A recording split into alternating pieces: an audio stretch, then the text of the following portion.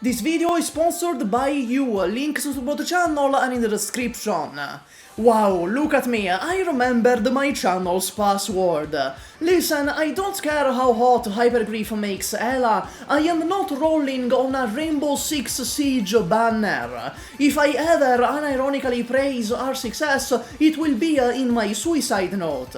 ELA is basically a sniper with extra steps, merely cosplaying as a trap master. She is able to be placed on the ground and put traps on ranged tiles, making her out of the box one of the most versatile units in the game.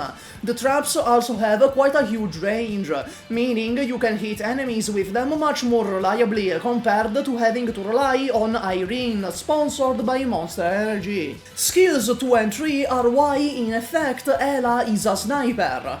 The game plan isn't to spam traps on every tile of the observable universe, but rather only place a relative few amount of traps to increase her own DPS and provide utility.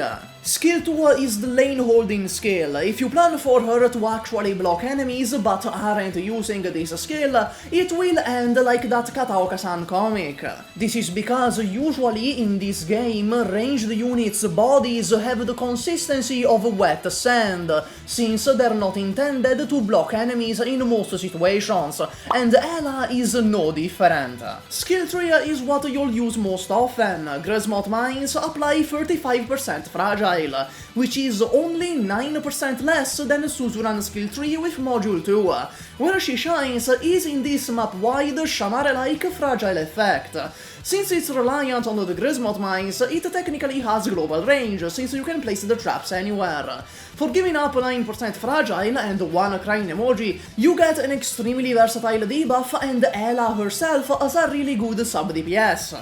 But this isn't to say she isn't an amazing damage dealer on her own. With 40 ammo, she is able to solo DPS a vast majority of bosses in the game, if you keep them under the effect of the mines, and if they released far back enough. Killing Emperor's Blade stopped being impressive around a year and a half ago. Iana is a doll keeper specialist with the unique gimmick that she starts as the doll and then switches to the real one once attacked.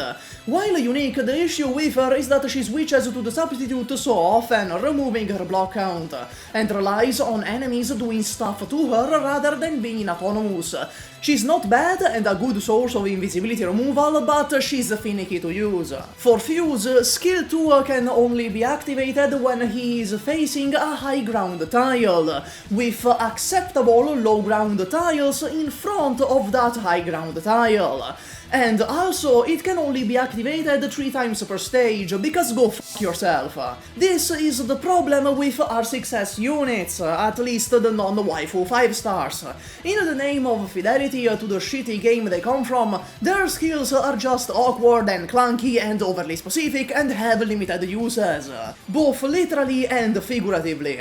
Points for the creativity, but this is basically unusable unless the stars align and your horoscope agrees. Honestly, it might be an issue with Collab units in general. All of the delicious in-dungeon units, especially Laios and Marcel, are designed like April Fool's operators in the name of fidelity to their series. Stay tuned! Doc is also an example of this. He only gets 3 heals per stage, which given are insanely high amounts of healing per proc, but his DPS is subpar, and he doesn't even provide any form of buffs unlike the other instructor guards. He may be hot, like really hot, but he has a number of real uses that approximates 0. Thank you for watching, here's the members, I love you, special thanks to Matthew Nemo, Andre Mula, Mike Reguera, Zephyrinix, The Crazy Lord, Nunakoyaki, Nupo, Rotakio, Gudolion, Matthew Says, and Kromchan but JJF. That's all, my Gummy, bye!